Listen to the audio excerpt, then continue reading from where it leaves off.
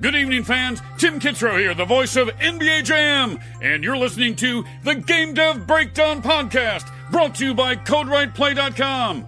Whoa, boom shakalaka! My mom gave birth in 1985. I was bluer than a Pac-Man ghost, barely alive. In the Cold War, my only blanket was Tetris. I played Rampart with Reagan, rampaged the world for breakfast. The laundromat was my sanctuary. That arcade was my church. Matt Hill. How you doing, friend? I am doing okay. How's it going? I can't complain. It's not bad for a Wednesday, middle of the week type morning. Yeah. What's your recording situation over there? You sound a little different today. Is that any better? That was better. Okay. Microphone needed to be closer. That's all. I got you. Should be the same setup as normal on the Yeti. This is an unusual time slot for us. What's your situation right now? Work is weird. That's the situation. Filling in when can. Otherwise, we're waiting on so much stuff to be shipped to us is the problem right now. Mm-hmm. So it's very rare that we're this far ahead and caught up on everything. Also, we're waiting to be told what the hell we're doing. Well, yeah, you work for a school system. Yeah. And you don't know what that looks like in a couple of months. It's very true. So, and there's no exaggeration when you hear people talk about this. It's literally changing. Like, I would almost say every 2 hours daily, you're hearing something new, something different, be it from my wife's also a teacher. I hear it from her. Other people I see at work, my own boss, like things are just changing. You don't know what's going to happen, really. Yeah, I'm on the other side of this, having a kid about to go into kindergarten. And we don't know what that's going to, like, we don't have even a rough idea what that's going to be like. I saw that Missouri was trying to release something, but everything that everybody's releasing now as far as, quote, guidelines or safety measures they're so vague. It's going to change depending on what happens. I mean, it's a crapshoot. It's funny because we're still getting the emails from his preschool that he went to, and they're sending out stuff like, if you heard the following rumor, it's not true. We're going to release our plan in 5 days, and they'll send like 2 or 3 things to combat rumors going around and stuff. It's like, hey, I'm not listening to Aunt Karen on Facebook. I'm waiting to hear what the school board says. Please, understand. Yeah, unless it was like a direct message from them, or like, I guess everybody's doing like business Facebook pages now. Yeah. If it's not directly from that, I wouldn't believe, or like a phone call even, I wouldn't. Or a phone call saying, hey, check your email. We sent some of the latest blah, blah, blah. Like the average person does understand that maybe if Alex Jones says something about what they're going to do for the school year, that's not what they should expect to do. I just remember him screaming, choke me out. Come on. Oh, yeah. Don't listen to Alex Jones is the first takeaway for today's show. There you go.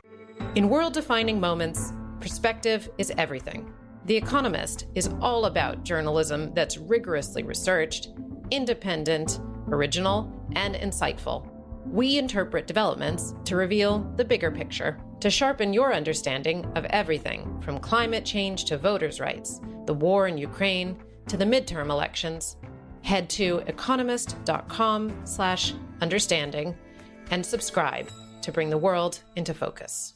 Enjoy basketball, soccer, and all your favorite sports like never before at BetMGM. Sign up using bonus code CAPITAL and your first wager is risk-free up to $1,000. Plus, when you register with BetMGM, you'll get instant access to a variety of parlay selection features, live betting options, player props, and daily boosted odds specials. Download the BetMGM app today or go to BetMGM.com and enter bonus code CAPITAL and place your first wager risk-free up to $1,000. Now you're winning with the king of sportsbooks. Visit BetMGM.com for terms and conditions. 21 years of age or older to wager. Washington, D.C. only. New customer offer. All promotions are subject to qualification and eligibility requirements. Rewards issued as non-withdrawable free bets or site credit. Free bets expire 7 days from issuance. Please gamble responsibly. Gambling problem? Call 1-800-522-4700.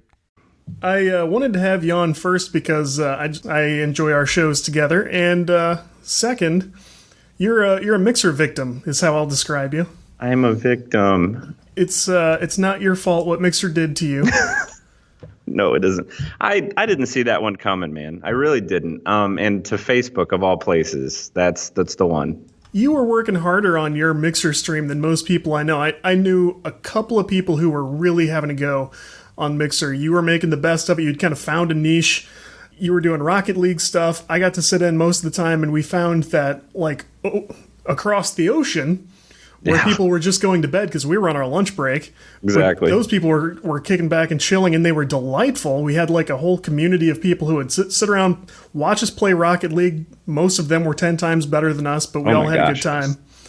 You know, you were having to go. You had some momentum, and the next thing I hear is like, you guys hear Mixer shutting down. I'm like, I'm sure that's not right.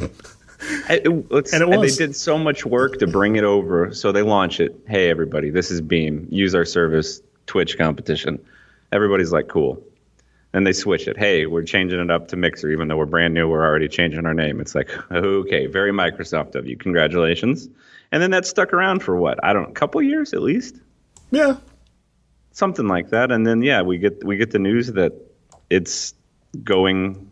I don't know if Facebook acquired them, they sold it, what happened, or why Facebook Gaming? They had such a bad reputation of. I mean, I think it was time frame skewed. We'll call it 6 to 8 months ago. We were talking about this when we were playing Rocket League a lot, and we were going back and forth on numbers and things like that. And I think there was an article that Facebook was just wildly exaggerating and inflating their numbers on all of their top streamers to make it seem like things were. I don't even know who a Facebook top streamer is, first of all. I don't either. Exaggerating numbers to make it seem like it was a very used platform, and it was just one of them things.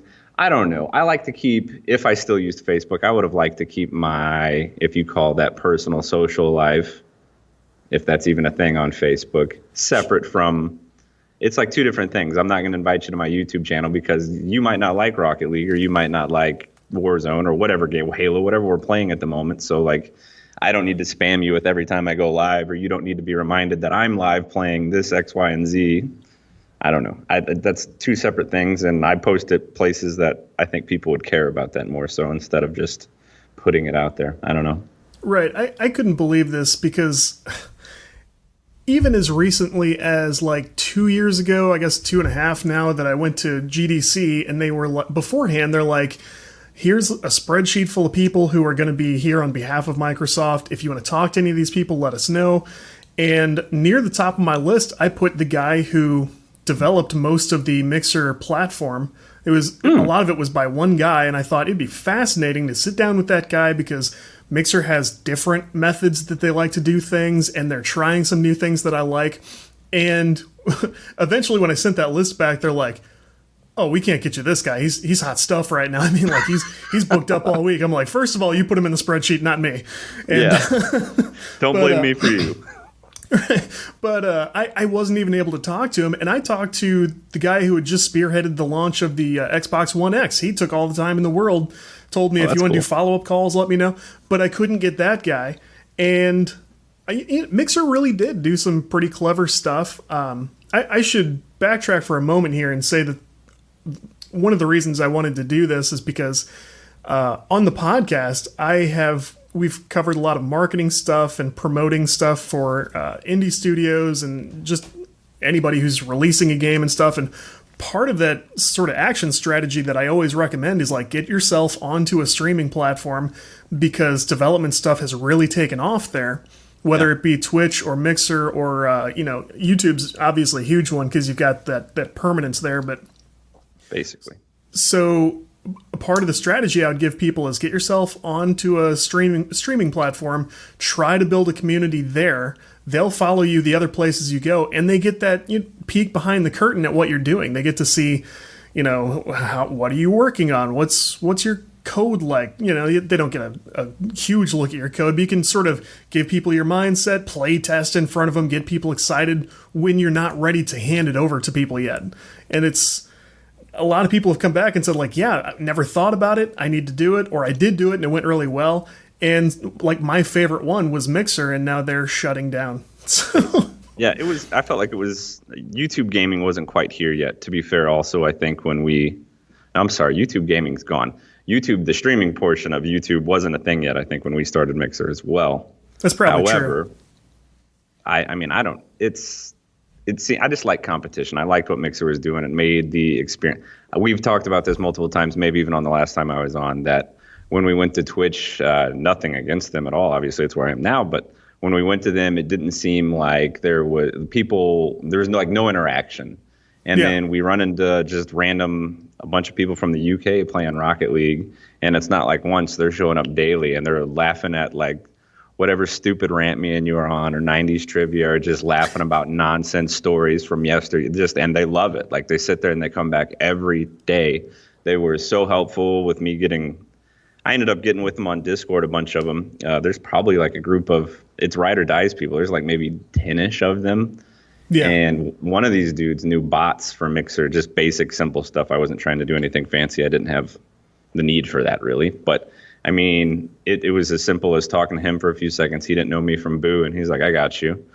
Got in my chat. I made him admin for a second. He did all these commands, set me up, just exactly what I need. I mean, you're talking 10 minutes, and he was happy to do it. It was the easiest, most simple thing, and that's all from just meeting somebody through Mixer on Rocket League that laughed at our nonsense. Yeah. And we never had that with Twitch. It was more so just, if any interaction at all, it was more on the negative side of things. I'm not going to say people just came in and randomly trolled and it was like the Wild West or anything, but definitely not the same experience there. There were concrete benefits to Mixer that were only held back by the lower viewership numbers. Like, the co-streams were great. Like, the theme of Mixer was community, and not just like the viewers are a community and not just the streamers are a community, but it tried to integrate those in ways that Twitch didn't. Like, the co-streams were cool because you could bring two people's audiences together. Up to four even, yeah. Yeah, you and I could stream together. We could have had more people with us. They had cool integration with different games. I found that the one time we had an issue with somebody trolling the chat, we mentioned it in like one email. No, it was just one report. I put in like 2 lines of description of what was going on, and they banned like 4 accounts for the same person, and he was gone forever. Never came back. Bill sent one, I sent one, you sent one, and then we all blocked him. And then, yeah, you kept following up on it and got all that good information about him getting what he deserved. Somebody sent a personal message back like, thank you so much for letting us know about this. This is exactly what we try to avoid. We're on it. And that was it. That's great. And I was like, long live Mixer, that was, and probably already they knew it was on the way out. Yeah, I'm sure stuff like that, they know it was a long time coming, or somebody does. So, and it must suck to work for a place. I mean, maybe they all got acquired, and maybe that same people, I don't know what hands, money shakes hands, or forgive me, money goes from hand to hand. Sometimes people go with it. There's different clauses and things like that. So all these people could go to Facebook. All these people could have just lost their job. And there could have been like 4 people total. We don't even really know. It's a good point. Like, I don't really know what that looks like on the employment side, because I don't know if working for Mixer is like working for Microsoft. Mm-hmm. When I met people from Microsoft, they sounded, and I've kept up with them over the years, but it sounds for them like moving around is just part of the thing because it's such a big organization, and a lot of them like to move around. But just as quickly, like the guy who got me looped into GDC ended up losing his job just as easy, because they were like, well, everybody's moving and shaking and stuff, and we don't have room for this one team anymore. And like, him and his team were all gone. I find that so hard to believe with big companies like that too. They're trying to, if that were to be the case, we don't have room for, it's like if Facebook said we don't have room for, which actually I know somebody that was laid off from Facebook recently due to the pandemic and everything. But I find that so hard to believe. It's like, you guys are worth so much money. Tell me you can't find room for 3 people. Stop talking. I was talking to Erica the other day because she was asking me why, I don't remember how this came up, but she was asking, how is it so different how efficiently Apple runs versus how crazy it seems like everything happens at Microsoft is? It's true.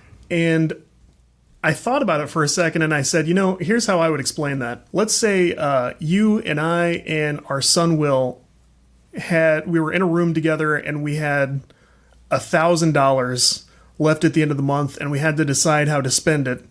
So that's just like a basic family situation or something. Does it go straight to the bank? Yeah. Do we replace a ceiling fan that broke? Something like that. Sure. And I said, so let's call that Apple, and now instead, let's invite your extended family, my extended family, Will's teachers from school, his classmates' families, and we'll all come into the same room and try to come to the same consensus about what to do with that money, and that's Microsoft.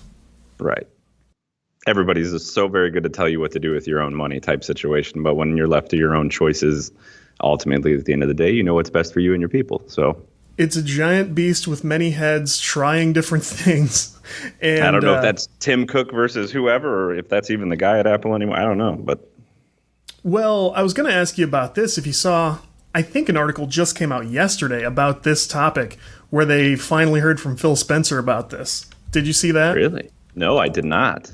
Where was? Oh, you might not have. It was at gamesindustry.biz, which is sort of an unusual hit and miss site, but sure. they apparently tracked down Phil Spencer, and he put some quotes in here that I don't think he thought through. The one that caught my attention, they asked him like what happened, what was going on, and he's kind of shrugging like, we were trying it and blah blah blah. In one of these paragraphs, he says, "I don't have regrets. You make decisions with the best information you have at the time. You apply your best effort, and we're in a creative industry. We're in a hits-driven industry, and if we get into this space that we get afraid of disappointment, that we won't achieve what we're trying to achieve as an organization, I think it's fundamental to us that we're not afraid of trying things that might not work."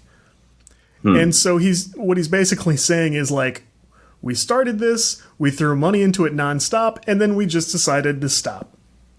And later on in the article, he says, "It's obviously a disappointment when you try to grow something to the scale it needs to get to and you don't get there. And I thought that was the most ironic thing to tell a bunch of streamers that you just cut off." You know what I mean? Basically. I mean, they still got paid the big people still got paid. Ninja still kept his 30 mil contract. I'm pretty sure Shroud had something similar. They still got to keep their money, and then they also get to decide what they're going to do next and take all their people with them. So I don't know. That was just smaller people probably were hella screwed, though. Yes, I agree with that. I think that was the most careless quote of all time that you tell a bunch of streamers, because you know what the streamer grind is like. And you go, it's a disappointment when you try to grow something to the scale it needs to get to and you don't get there. You just cut off 1 million small streamers and told them, it's a grind and we didn't want to do it. You think they understand that? No. I mean, most of your big top people, if you just look at you follow a couple people, anybody that has 8 to 15,000 plus concurrent views a day at a certain time, those guys are on. Like, I know a guy, one of the Warzone people that I watch quite a bit, he's probably on from 8:39 in the morning until either the sub train stops close to 5 or even 6 sometimes. Like, that's every day. He's hitting that market. And you know what? Good bit for him, because make lemonade while... No. Make hay while the sun shines. I'm full of bad quotes today. Jesus Christ. So make lemonade while the sun shines and put up hay. There you go. That's what you get for today. Squeeze lemons while the cows graze. Yes. Anyway, but yeah, I don't know. Since we're derailed for a minute, and one of our claims to fame on the streams were really insane 90s trivia, I wouldn't dive this far off topic if I didn't have a list in front of me, so I've got a map. I'll get us back. Let's go. I was watching Curb Your Enthusiasm with the wife the other night, because we still haven't finished it, because I've got a new season up. So, have you watched all of this or part of this? I've watched chunks of it in different spots at different times in my life, so I have not watched probably any one season to completion. So, I mean, you know our Lord and Savior Ted Danson's on it. Yes. And so I won't ruin too much, but in this last season, he gets involved in a business, and he's got like a feud with Larry David. And at one point, he walks out of this store and he's trying to attract business into this store instead of what Larry's doing. And he's like, "Hey, it's me, Ted Danson. Remember? Cheers, Becker." And I was like, oh my God, he said Becker. That's so funny. Because we used to love talking about Becker. It's underrated. We wanted to make sure it was something no one would understand on the stream except for us. And nobody did. I mean, Boy Meets World, stuff like that, people could hop on. Any of the Friends references, that's super mainstream. But like Becker, you really had to be tuned in on like a Thursday night at like 7:30 or something when nobody was watching TV. Or in my But man, it was case, a great show. you had to be on summer break with your grandparents doing nothing. Your friends weren't out playing yet, and it's like 10:30. It's not quite time for lunch yet, but you've got Channel 11 on, and they're playing repeats of Becker. And, What a great intro for that show, by the way. Whatever that little jazz guitar was or whatever, just going to town, and he's like slapping cabs with his briefcase and stuff, walking through traffic. Ted Danson's the man. It's true. That's the name of this episode. Ted Danson's the man. You kind of brought up, like, people who get cut off at Mixer don't have a great place to go if they didn't like Twitch, because Facebook, I agree completely with everything you said. Whether it be for a video game playing streamer or a developer, almost anybody is going to have a real tough time connecting with an audience on Facebook. Like you said, you can't necessarily trust the numbers that Facebook puts next to people. They'll show me random streams like, oh, hit this thing and we'll tell you every time Marcus Benson is streaming Fortnite. And I'm like, who is that? I literally don't know this guy. So it's showing random people the stream and probably saying, like, that guy watched your stream. No, I didn't. And I probably muted that guy. If you hover over the thumbnail that you didn't click or whatever for longer than 10 seconds just to see what is even happening here, does that count? Like, who knows? Right. Facebook's been caught lying about a million different things that as it pertains to their data. So, plus, the problem with Facebook is, like, it's all your extended family who doesn't care. Right. Your Grandma family doesn't care that I'm this. going to be on Warzone type thing. Right. She loves you. She's going to send a card at Christmas, but she's not going to watch you drop in next to the stadium. She doesn't care. Nor would I want her there, because somebody would do something. Like, if you even had a crowd in your room and she started talking, and it would be your mom jokes, and it would just turn. You don't want that for Grandma either, just for the record. So that's the better question: is would we want them to get involved? Exactly. Like, I don't want my mom there. I don't want my dad there. It's not their place. Just stay on Craigslist or whatever you're doing for today, and you'll be good. She's doing that thing where she signs and dates all the comments in the chat. Estelle. January 15th, 2021. Too good. Is your girlfriend okay? Are you still with that girlfriend from 2 girlfriends ago? No, Grandma. I'm married with 2 kids now. Thank you, though. Oh, that's the worst one. Oh, the stories I could tell. It never happened to me. Well, okay, so it's kind of happened to me once. I saw it happen to my cousin, Andy. She had a guy that was around for like a year. She's married with somebody else and has a kid now, so it doesn't even matter. She had a guy that was around for like a year, and then they live more like 5.5 hours away from Grandma instead of like the 2.5 I do, so they don't get to see her quite as much. And I remember being there. Grandma, maybe his name was Tim or something like that. She's like, so how are things with you and Tim? And Andy just looks at her directly in the face. We broke up, like attitude and everything. We broke up. And I was like, oh shit, this is awkward. Yeah. And then I felt bad for Grandma because she just goes, oh, like, who wants pie, you know? Like, oh, it was terrible. And then my instance was my mom's mom. We don't see her as much as my dad's mom. We still see her a fair amount. Anyway, she's got other stuff going on in life, especially at the time I was talking about. And she still had like a framed photo of me and 2 girlfriends ago when I had a new girlfriend up there at the house meeting everybody. And I was like, what the hell is this? Oh, no. I didn't even realize she had a framed photo of the other one. It was literally no big deal. The girl was cool about it. And she's like, who is that? And I was like, I didn't even know that was there. My dearly departed grandmother, who I love dearly, she helped raise me. I have nothing but love for her, but good Lord, I brought a girl I was dating in junior high, and not late junior high. It was the 7th grade year, junior high. There you go. Brought her to church 2 or 3 times. My grandmother traded letters with that woman until the day she died. Wow. Sent her Christmas cards, told her way too much about me. And then what I found was that this woman, as an adult, was not someone I would have gotten along with. And she was a little bit intense. And by the end of that, I had to block her on social. Erica's had to block her on social. She created new accounts to try to, like... Dude. I don't know if it was harassed, but it was like being out of touch with reality. It was like, clearly you didn't mean to do this, so I'm going to make a new account, and I'm going to... And the few times I tried to talk to her, like, hey, everything's cool, I've just, we're not going to have this conversation. It's like, well, why did we break up? I thought it was because your mom made you. Like, well, first of all, I was 12, and maybe she did. I probably got grounded that week. Who knows? I was probably grounded. I would rather play Sega Genesis. Like, what did you... You were my first true... I don't want to get too far into it because it's sad more than anything, but it's like... So the point is Microsoft wants this to be your new audience. Basically. And both of these people, the grandmother and the woman who won't leave you alone. So Phil Spencer, I don't know what you're thinking, man.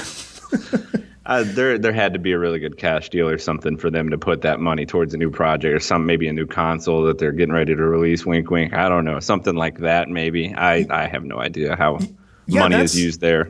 That's the question, is when they say they partnered up with Facebook Gaming, what does that mean for them? Right. We're going to get stuck with tiles on our dashboard now of they're streaming Facebook. Who knows? I don't think Microsoft is going to do jack for Facebook moving forward. I think they're just trying to push everyone off. And it doesn't matter from our perspective because we could have done this years ago if we wanted to be on Facebook Gaming. There's no new benefit to it now.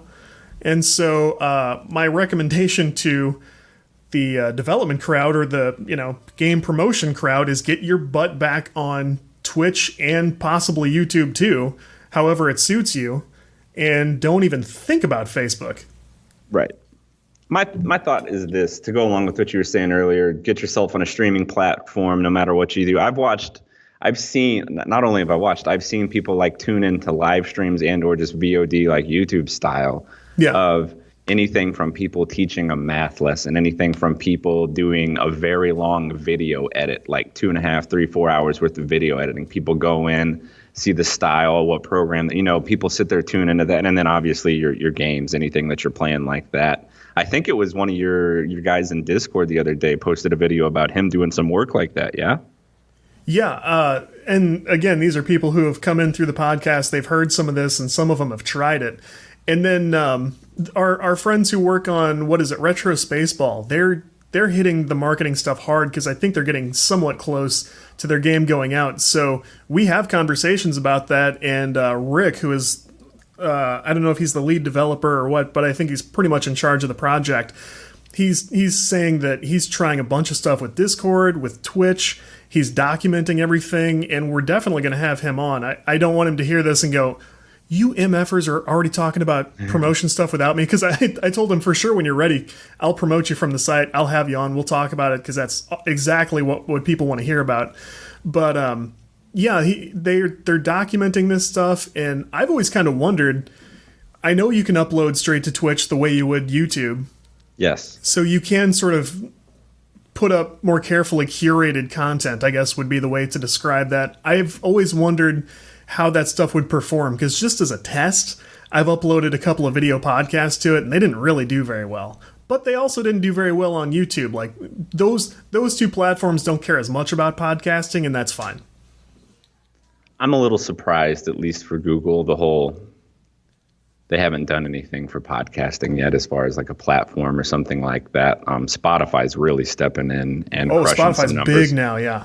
I mean, Rogan just signed that huge deal, and he still gets to do whatever the hell he wants. I mean, nobody owns it. It's basically his library is just moving over there. Cash money, $100 million in his pocket. It's like, my man, you're making moves. Look at you go. And they've done that with a few others since then. And to Spotify's credit, they're really helping out the little guy too, because I've gained some momentum on Spotify, and they've let me log into a special dashboard now. They give me the best analytics I have anywhere online. When I was putting together my marketing package to take to advertisers and stuff, I was able to put in like these beautiful charts and these lists of like, here's every country where someone has downloaded the show. Here's the breakdown of age, gender, interest. Here's the stuff they listen to. Here's all kinds of stuff. So for one thing, it's worth keeping in mind, like, Spotify is giving away a little bit of data about you as a listener like podcasters and artists and stuff, but it's not that much. Like, I happen to know the artists my listeners like, and I don't honestly know who they are because I listen to stuff from before 2000. So it's not them. Local H all day. Metallica. But no, Spotify has done a lot for metrics for anybody who's claimed a podcast. They'll let me update my feed anytime, so I don't have to worry about like I moved hosts and now I can't fix my Spotify podcast. They've done pretty well by me, and the numbers are pretty good. That's good. So that's you were talking about analytics, and it made me think about something. And I haven't dove into Twitch as much because I had a little more time when I dove into Mixer to get familiar with the whole dashboard, where you can find things, how you set everything up. With Twitch, I kind of had an account already there, and it was like Monday, and it's like, oh shit, I'm streaming on Wednesday like normal. I better make sure everything just works, stream key's good, and I can go. And I haven't really dove into anything yet. But one thing I do remember about Mixer is in your analytics, it broke down on a pie chart, if you recall, all the different ways people were watching and kind of where they were watching, like regions they were watching from. Yeah. So you would see like, we saw a lot of the UK, we saw a little bit of like South America stuff, a little bit of the US, and then it would tell you also like Chrome browser, Xbox, whatever app, other, you know, it would kind of break it down a little bit generically like that. And I don't know if Twitch has anything like that, but I will say this. One thing I do like, at the end of each stream on Twitch, I've been getting an email, and it tells me stats for that recent, I'm talking within maybe 5 minutes, even if it's like a 3-hour stream, you get an email. Yeah. I remember stats that. of like concurrent views, unique views, new followers. Like it gives you a top 4 or 5 thing right there. And I think that's fantastic. I think that's something I've wanted my whole life doing streaming, which it hasn't been long, just to be fair. But I think that's awesome. So maybe I could dive in and find a little more on analytics there. But that is something already, like just from the Switch and not setting much up, I was very impressed with. Yeah, and Twitch has a couple of really good views. Like you showed us a screenshot of the moderator view on Twitch, which was very helpful, you said. Yeah, it made, if you had a lot to deal with, like more than just 2 or 3 people talking in chat, it gave you a lot of useful tools. Yes. So I mean, that's nice. One of the other things I miss from Mixer already is the Xbox integration, like the overlay and stuff. You could see the chat on your screen. If you're streaming straight from the Xbox, you don't have your laptop or your phone in front of you, and you're just doing your thing. It was nice to be able to see the chat on the screen and reply to people, because I've done a stream since then already on Twitch. I was playing Minecraft Dungeons, which was fun, but you and a couple of friends were in the chat. I had no idea what was going on, and I didn't know that I didn't know. Yeah. They definitely need to do something with that, because there's, number one, we are in a very cool situation in 2000. Nobody would ever, you'll never hear this said in 2020 ever again, but we're in a very cool situation here in 2020, ... Yeah. With the fact that you can start streaming with like nothing at all. As long as you have your console and a headset, nowadays you can pretty well get yourself out there. Even select webcams you can plug directly into your box. Yes. So for the cost of a console and maybe a $50 webcam, you're good to go. It's not going to be the greatest quality. You're not going to be an 8-shot or anything, but like you can do it and get yourself out there and potentially find your people, hook up, and make something of yourself. So I'm very jealous in that aspect, because we barely had YouTube growing up. It definitely wasn't what it is now. Twitch may have been Justin.tv at that point, just brand new. Yeah. But we had nothing. And to do any type of streaming service like that was, you're talking like a minimum of like $400, $500, $600, and it's like that's a lot when you're 13. That's true. So it's true, and I would go as far as to say on the webcam front, I don't even think it's that much. I think I spent maybe $25, $30 on my newer webcam from Logitech, and it's not like 4K. Do they even have 4K webcams? That seems silly. I'm sure they do. Mine's 1080. I don't feel like many people even have the capability. So we'll touch on this since we're here. New consoles, next gen everything, new peripherals. Okay. Mm-hmm. It would be nice to have the best quality output possible. 4K. They're even talking that they're saying these new consoles are 4K ready, 8K capable. And I'm like, all right, what the hell's 8K? Like, what happened to 5K? People were talking about that for a half a second. Now we're talking about 8K already. Okay. So does that mean to like stay up on everything? I'm not big on graphics and things like that. Obviously, I play on console anyway. But to stay up on everything, do I need a new monitor? I noticed they haven't released a full spec chart of the whatever the new Xbox is called, or even a price point. They're just saying holiday season. But I noticed when they did the little concept thing of they have the Xbox together and then they pull it apart piece by piece and spin it around and show you all the design and things like that. I noticed that there wasn't an optical audio port on there. And I was like, why are we going backwards in 2020? Yeah. That makes no sense at all to me. But I don't know if that's for sure, obviously, or anything like that. So it makes you wonder a little bit. Yeah, I'll say a couple of unpopular things about the upcoming consoles. The first one, to address the 4K monitor situation. I recently bumped up to my first 4K monitor, and it's huge, and it's right here in my face. And I'll go as far as to say it's a little bit much. Is that okay, so I'm new at this too. Is that like 144 hertz then as well, or is that not quite? I think it is, but I don't recall now because it's been probably a good year now. But I know that plays a factor into some things, and people are like, it's the only way to do it. It's like, I have no idea what you're talking about. It's the real deal. Like, it's the full-blown, like, everything. And nice. So I've played games from the PC on it, of course, because that's what you have to try to do. And I've got my Xbox One, not the X, but the earlier Xbox One here on my desk, so I've played on that as well. And that's great. I have to kind of scoot back a little bit, or it's just way too in my face. And how big? Like 27, 26, something like that?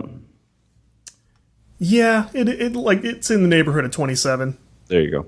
So that's all fine, but I seem to recall that even before this, when we were hitting the 1920 by 1080 days and stuff like that, experts were going like, going much beyond this isn't going to matter because your eye can't really even appreciate the details beyond this point anyway.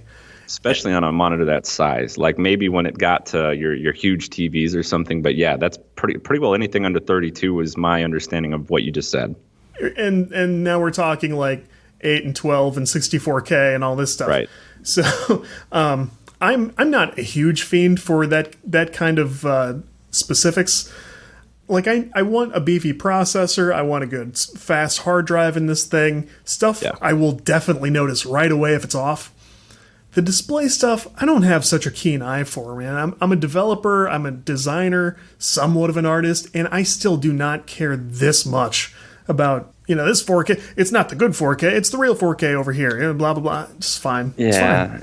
It's like, you could say the same, I guess, for sound. Is it true Dolby 7.1, or is it still just, it's like, okay, what are you talking about here? You're splitting hairs. Right, I'm having to figure that out too, because Dolby is moving fast and hard into the podcast arena, and they're sending me, they've let me in on a few trial runs of new app services they're doing, like load your raw audio into this app, we'll master it for you automatically based on what preset you want, and then you can upload it to your podcast host, and it'll be the greatest sounding audio and whatever. And I've found myself now, the audio stuff I've had to train myself to hear because it's important in this sort of line of work. But sure, I've been doing this 7 years, and I've got a very specific process that I follow, and I try to put out the best audio I can. But some of these tools I'm running this stuff through, I'm hitting like 3-4 different presets, going back to the raw thing, the auto thing, this and that, and a lot of it sounds like exactly the same to me. And especially if they told me on the Xbox, like, you definitely need this Dolby whatever, I would go, like, if it's free, fine, and if I don't have any choice, fine. Otherwise, just leave me alone. They sent me something. I had to buy a new mix amp around Christmas time. I bought one from Astro, one of the new ones. And Dolby sent me something in there, like a new service that they were trying. And it was like a 3-month or a month trial of something. I was like, I think I even asked you about it. And I was like, I don't know what this is. Do you want it? I'm just as long as I can hear people and talk, I'm good. I really don't care. And I was probably dealing with the other ones, and I probably didn't even think about it. But it's cool because Dolby themselves, they keep coming up. They've also integrated something into SoundCloud. So I do upload straight to SoundCloud. And if that auto mastering sounds good, like, I'll go ahead and leave my last steps off. I'll upload raw audio and see what it sounds like. Maybe it'll be great. But saving time, and if it sounds just the same or better, whatever, that's fine. They'll let you do it like 3 times for free per month, and then like if you want to do a 4th one or more, it's like $3.99 each. But I'll do the last one myself. I'd try it. If it saves me time, that's great. But we went down that rabbit hole to get back to, if you're getting into streaming, it's not too late. You can get started cheaper than ever. These Logitech cams are awesome. They're $25-$30 for like the one from last year, which is still perfect. And we were talking about the Stream Decks, where you can Elgato has a really expensive version of this. Yes. But OBS, you can load it onto a tablet you've already got or a smartphone and set up preset buttons to do all the different cool stuff. You can do a pretty high production stream for next to free. I mean, basically, from what it would have costed 5 years ago to now, it's insane. It's so great. Right. What people come to me the most often about is microphones, and they go like, "You do this, you must know about the microphones." And I tell them, "I know a little about the microphones. I'll tell you everything I know. Start with a Yeti. Absolutely. Yetis are fantastic. Even if you have to do like the cheap Snowball one, don't hesitate." Yeah.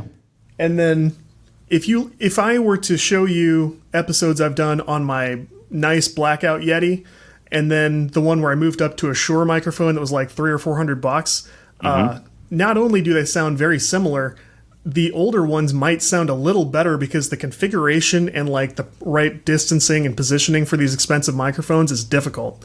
So I'll still be a little hit and miss on this like very fancy studio mic plugged into my Scarlett interface here on my desk. Like it's big business, and it's a specialty I don't necessarily completely have yet.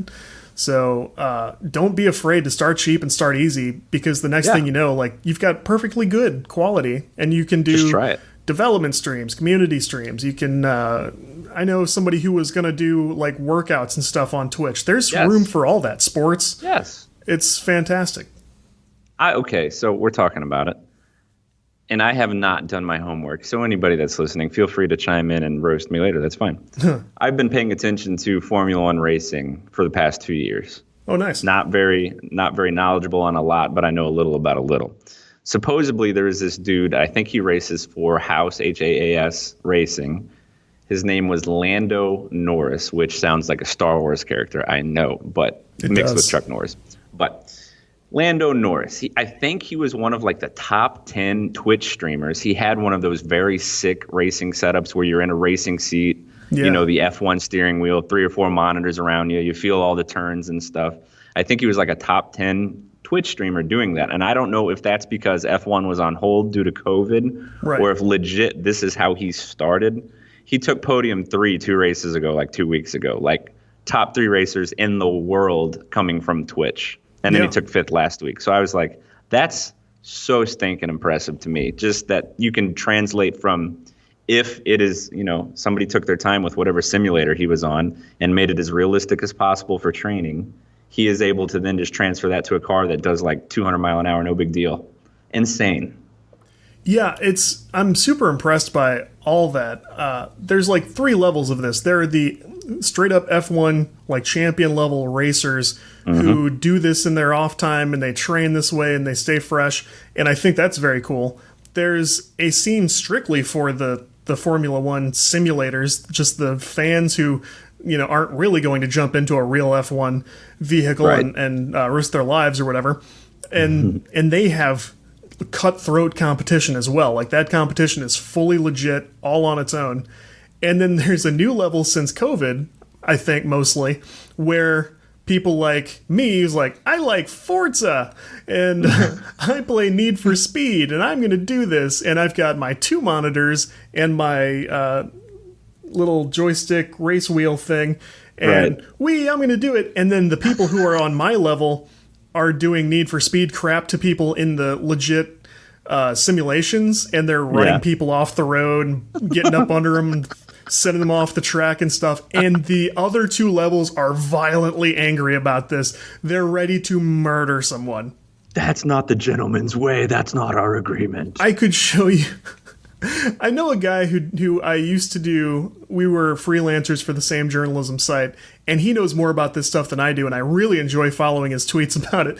But he sort of covers how violently angry these people are getting because some noob, some 15-year-old jumped on this thing and put him into the, you know, guardrail during a race and cost him the win. And I don't know if they're betting money on this stuff or what, but they're ready to send a hitman. It's very funny. It reminds me of, basically, they get very upset with that. What we just talked about made me think of people that already have a platform of sorts. Yeah. Be it your Joe Rogan, young Jamie, Joe Rogan, Jamie, the guy that looks up everything at light speed before Joe finishes a sentence and has information on it.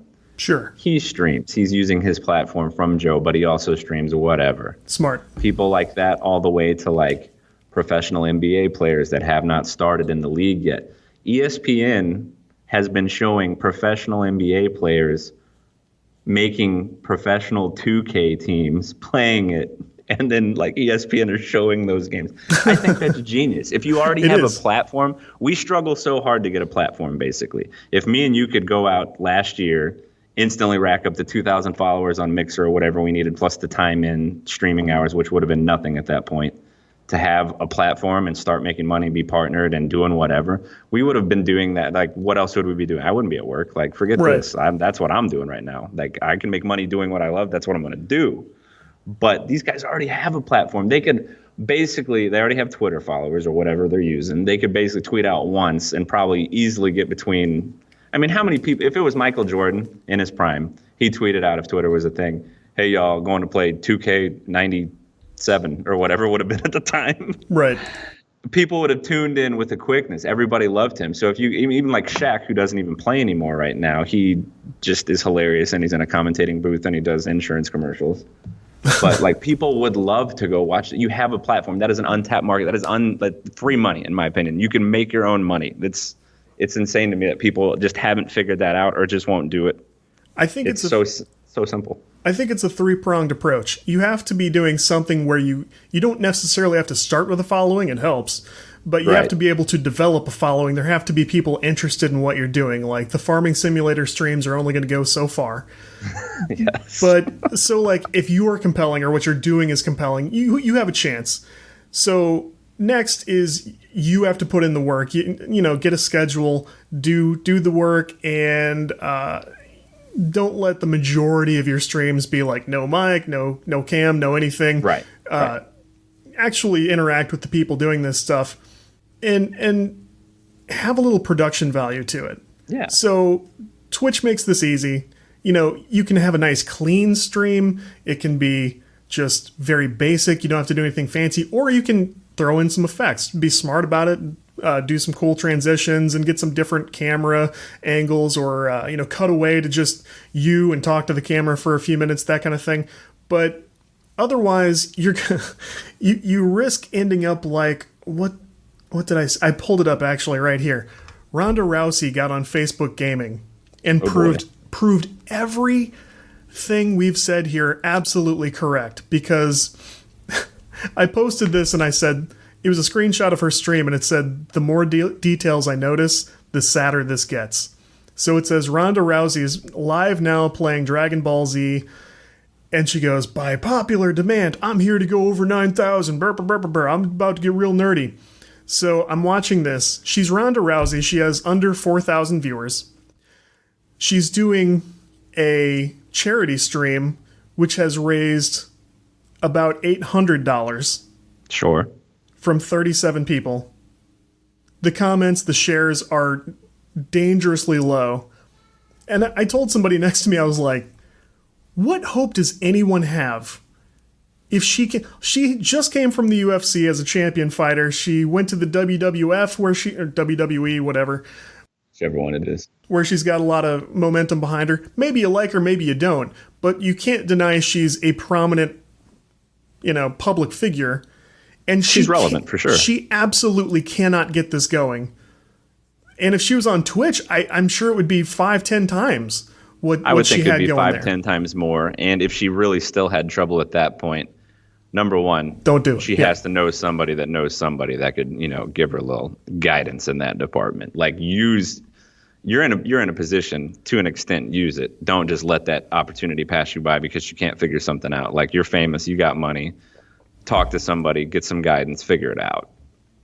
Yeah. So, I mean, the recipe has to be right, is my point. Like, you have to be in the right place, doing the right thing, If she went to Vimeo, nobody's watching. You know what I'm saying? Like, it's just not going to happen. Somebody who does this really well is my friends from Silverware Games, Michael and Sai, who came on to the podcast one time to talk about Machigachi Z, their Match 3 game that they're working on. Both really cool, very funny people, very entertaining people. And what they do is they will do development streams, they'll play test their game on streams, and then to keep things going, because those things you don't get to do that often because you've got to do development in between and put in the actual work or the game's not going to get made. But during that time, I think once or twice a week, they'll get on and play like retro games they like. And that's so cool. They've got like a rotating list of 2 or 3 different people who will get on and run the stream. And I think they're doing well with that. So like that's a good formula. Smart. Yeah. That's smart because you're building 2 things at once there, because they're working on their game. They're also building a social streaming presence or whatever. I don't know if you want to call that social media or not, but a social online presence like that. And then if somehow those could cross paths later and grow them both even further, like you're just winning and winning. That's great. Yeah, it's win on top of win. And the last thing I want to hit on, just to make this a full-on sort of community management episode, because this is great, because you're doing all this stuff, is we can talk about Discord for a few minutes, because you and I have both started Discord servers that I kind of feel like they're thriving. I agree. I think the time is right for Discord now. Yeah, well, I think I'm late to the party. I'm going to be honest with you. I've been hearing people talk about it for, I mean, everything from Pokemon to whatever. I've been hearing people talk about it, and I was like, is it just like another little, like, is this TikTok? You know what I mean? Is this just like another little social WhatsApp app? Like, I don't need one more of those. I got my little Facebook thing, and then I got so fed up with everything about Facebook. So done with it. More so just the people on it. If Facebook was left to its own to do whatever, that would be fine. But I got tired of it, so I left. But I needed my gaming people. That's how I communicated. Primarily Messenger is how I communicated with you. Yeah. And I was like, I'm done. So once I found out Discord and found out that it's everything I wanted and more minus all the crap, I was like, this is fantastic. Bye. This is all I'm doing now. So yeah, I feel like I was late to the party, but you can set up bots on there. So Ride or Dice people have like watch parties and stuff on there. They listen to music together. Like, you can set up and do so much with it that I have absolutely no idea about. And I'm just happy to use it for Messenger and places to discuss topics we all enjoy, disc golf, booze, whatever, anything really. It's fantastic. Yeah. So keeps it organized, it feels. Oh yeah, absolutely. I've had a Discord account for probably 4 or 5 years already, and I was doing nothing with it. My buddy John had it. He sort of introduced me to it because a lot of Steam users would use it. So the PC gaming crowd has been on top of this for a long time, but I would just use it to message with him a little bit. He had a server where nothing was ever happening, which that's not a slight against him. Most people did. That's what it was. Like, people were not really accustomed to doing things that way. And now we're in a situation where everyone's doing everything remotely. People don't have coworkers sitting around them right now, in many cases. So virtual co-working is more of a thing than it used to be. And I think we tackled 2 different things that both worked really well on Discord, which in your case, we moved a Facebook group full of like co-gamers and friends who played games together over to Discord, where we had no trouble recreating all the functionality we had on Facebook and then some.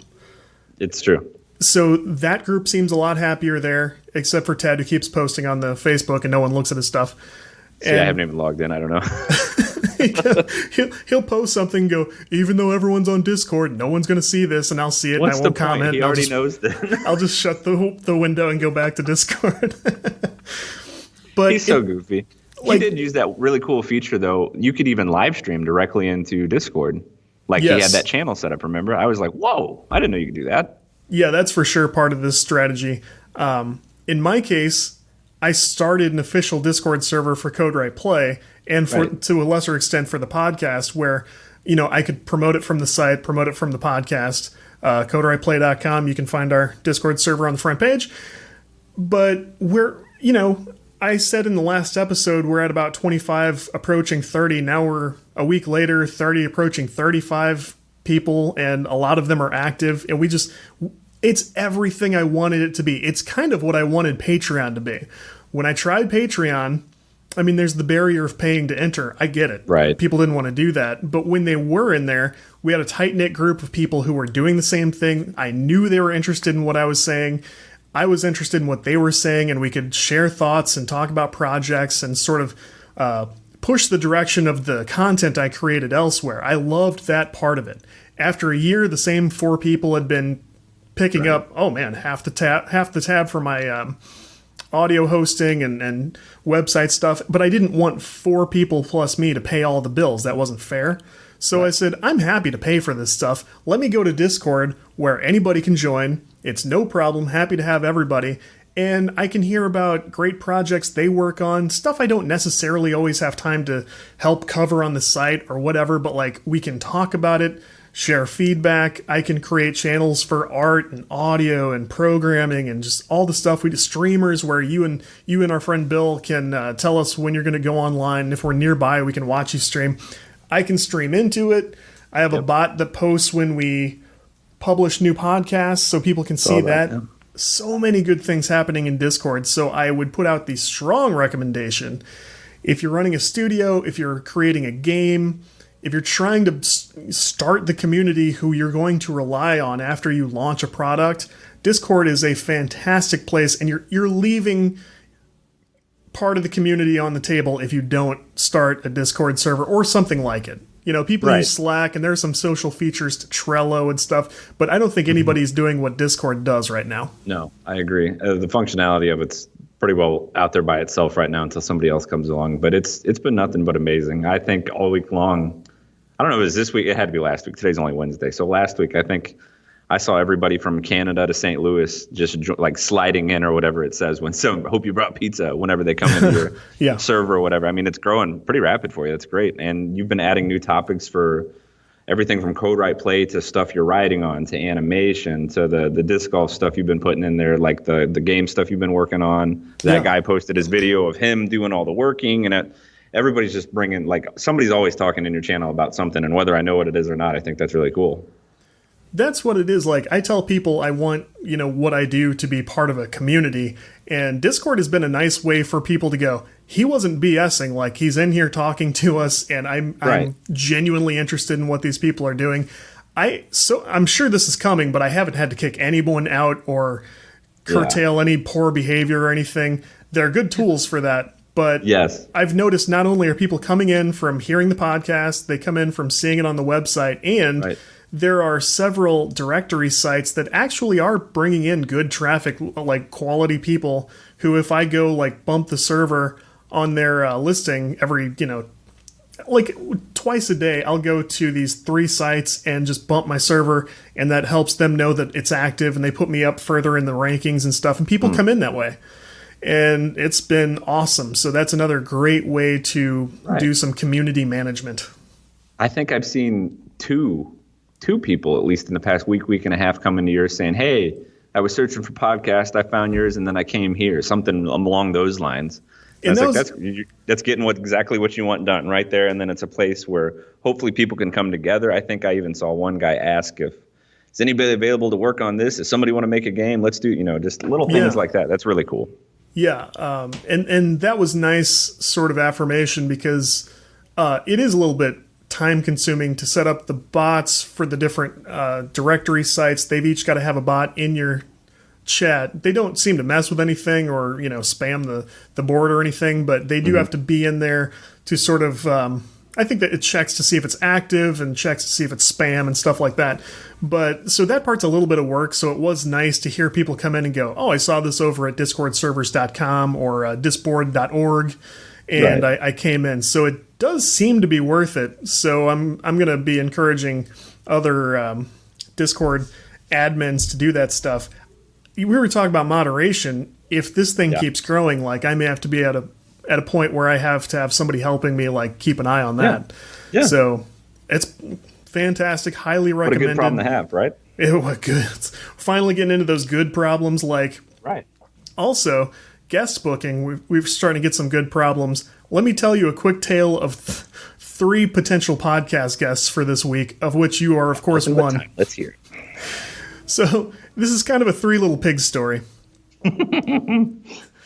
The first little pig came to me was a world-class, I mean, we're talking top 10, top 5 book publisher who said, we just published a book for somebody who we think is a good fit for your show. We would love if you would consider having him on as a guest. And I said, I probably shouldn't talk to people like a fanboy, but sometimes I do. I said, hey, I love a lot of you guys' books. I think this guy sounds great. I'm sure we could have a good show. I'm happy to do it. We emailed back and forth probably 4 times each direction, and they went silent after I said, I have recording times in the morning, and I can work out anything. You know how I do this thing. If the worst you're going to hear is my son in the background hanging out, and it's great. Nobody cares, especially now, because this is the way the world works now. We're all remote. We all have kids running around.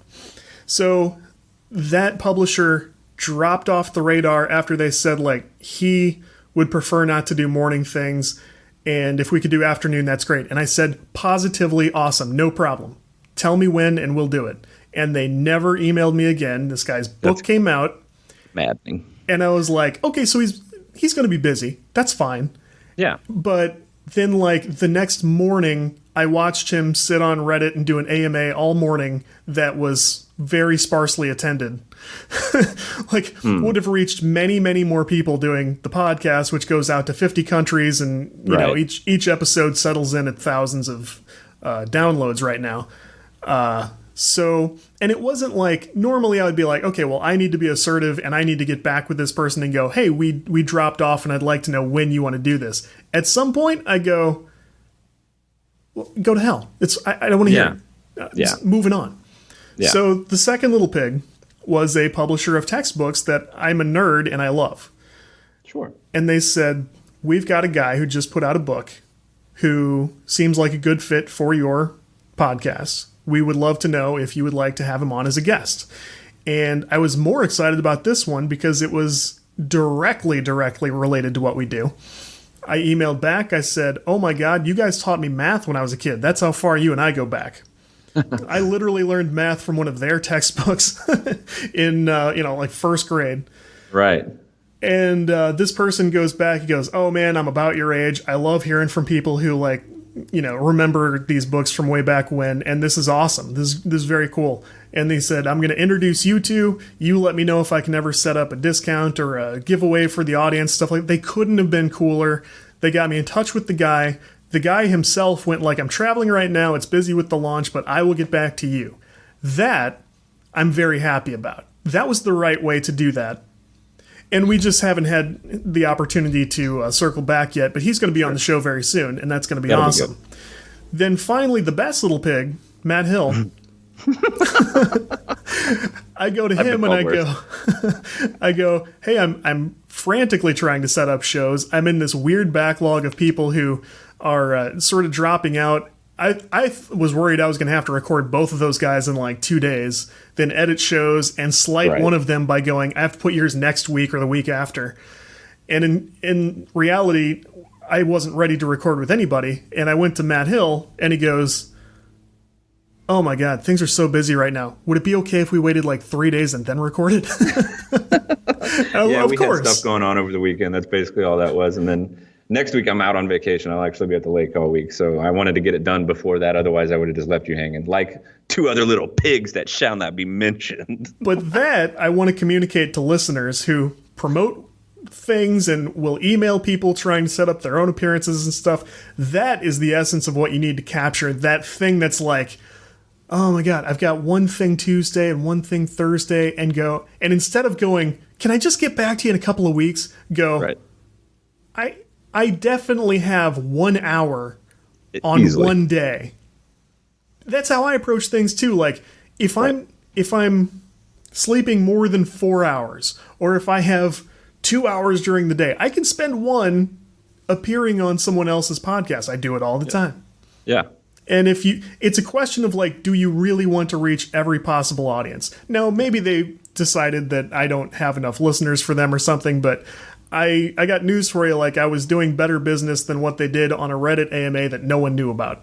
So. Right. I mean, who's going to say no to, who should say no to free press? Good press, free press, whatever. Like, it's not, you're not this guy out there to slander people or troll people or gotcha people. Like, you're just out there to talk about the stuff you love and put it out there and have a good time while you're doing it.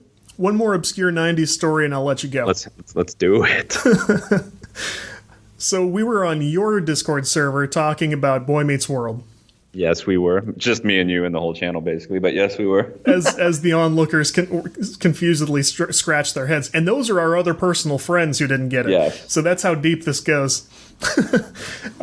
So I was talking about the episode Chick Like Me, which is hailed as a great special episode because Sean's a ladies' man and has a lot of bad dating breakups and stuff. And to see how he's making women feel, he and Corey dress up as women and like work a shift at a restaurant or go on a date with a guy or something. It's very funny 90s stuff. But I brought up the point that you could tell the direction this was headed in one of the very first scenes when Sean's eyebrows were already tweaked to oblivion. like they had plucked the eyebrows almost completely off this dude's head, and he already looked very feminine in that scene. And I was like, there's only one direction this could be going. And sure enough, a few scenes later, he is dressed as a woman and doing his thing. So that's not the whole story. I thought that exchange was so funny that I posted it on Twitter like, oh, Discord is for productivity, but here's how we're spending our time. And people thought that was funny. Well, one of the people who commented on that was a guy known as Superfan Giovanni, who has done a lot of work for Adam Carolla. Okay. He's also a podcaster. He's got his hand in a lot of pies, and he's got a little bit of a following. He's a real nice guy. I'm actually friends with him on Facebook, too. Like, we've known each other a little while. Not That's close cool. or whatever, but we get to talk sometimes. And he goes, oh my God, you're so right about this. He goes, if you're interested, Ryder Strong does a literary podcast now that you might enjoy. And I said, wow, that sounds good. Thanks for the heads up. And I didn't think much else of it. But he did mention Ryder Strong. We had mentioned Boy Meets World in the tweet by that time. And the next day, my WordPress analytics app started going nuts. And it wasn't... It's a Clarissa experiment all over again. It's the Clarissa thing all over. I couldn't tell how the traffic was coming because they were all going to my domain name, just my top-level domain, CodeWritePlay.com. So there weren't any articles that linked or anything. So the last time this happened was the Clarissa thing when she had reposted that article that I wrote about the show, and everybody went to the domain that I had listed in my profile, which was CodeWritePlay.com. So I thought, oh my God, what happened? Did Ryder Strong see that? Is Sean Hunter mad at me? You're pissing off all the 90s people. So, and the truth is, I still haven't figured out exactly what happened, but I did go listen to an episode of their podcast that they recorded like yesterday. And I sort of skipped my way through it to make sure that Ryder Strong wasn't like bad-mouthing me on his podcast. Some guy at this website. And secretly, I was kind of hoping he did like talk about that episode. That would have been funny. I think more likely he really wants that to be in the past and does not talk about that stuff. But something's That's going the problem on. with being a child star, right? You don't know if they like. But they went all the way through like college, didn't they? He spent the first half of his life doing this.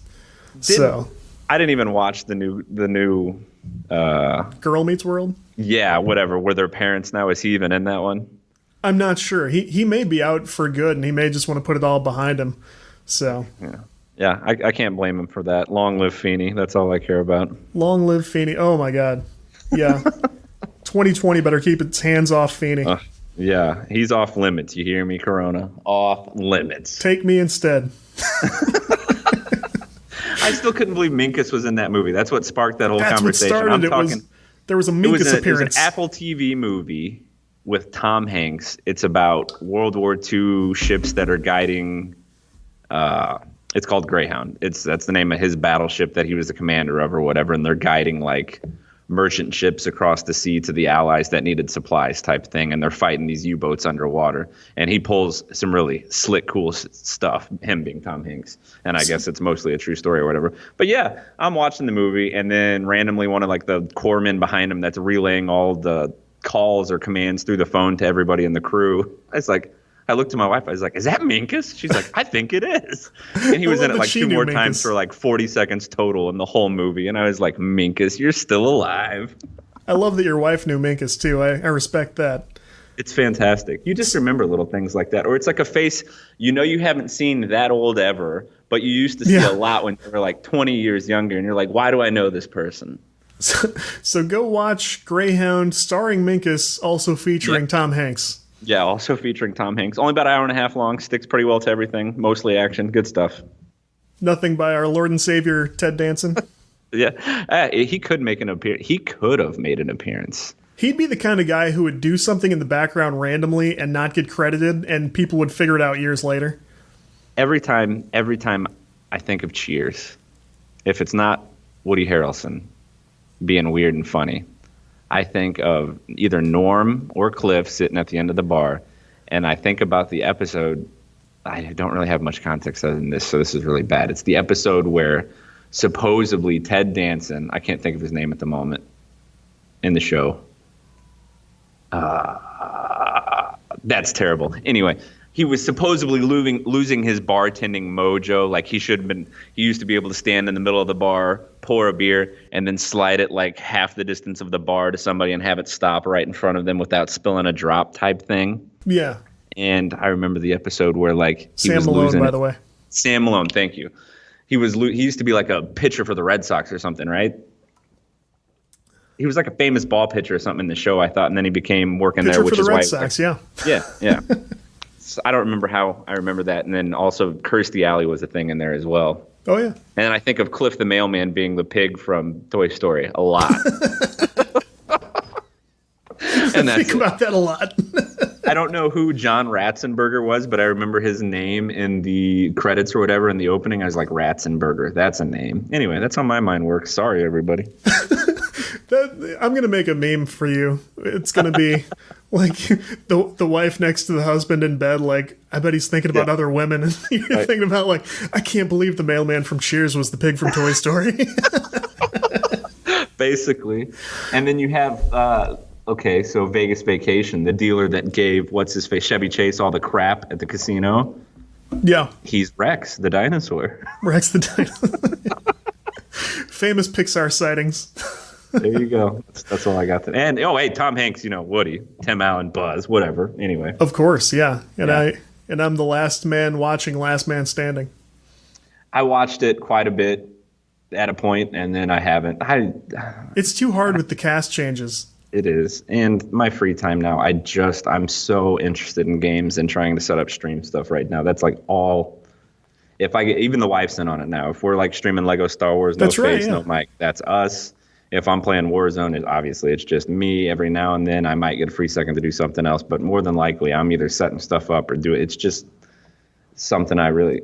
So, all right, we'll touch on this and then we'll really get out of here because you'll appreciate this. New Halo Infinite.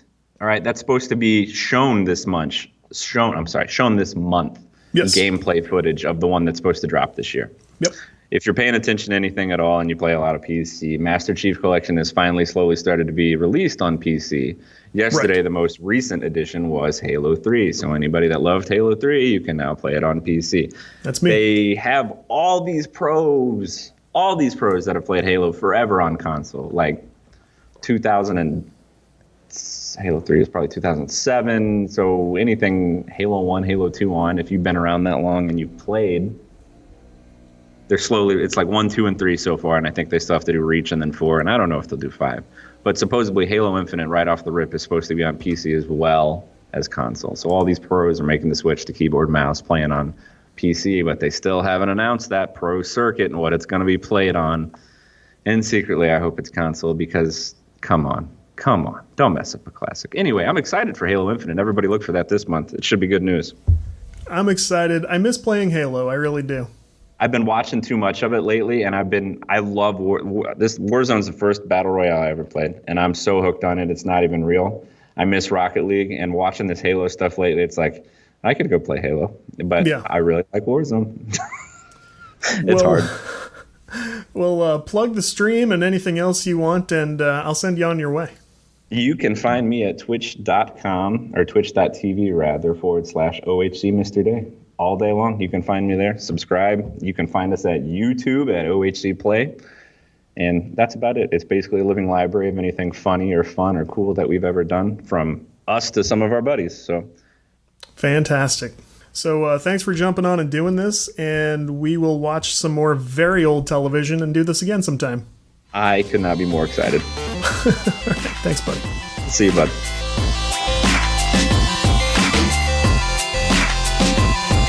Congratulations on your game dev breakdown, whatever that is.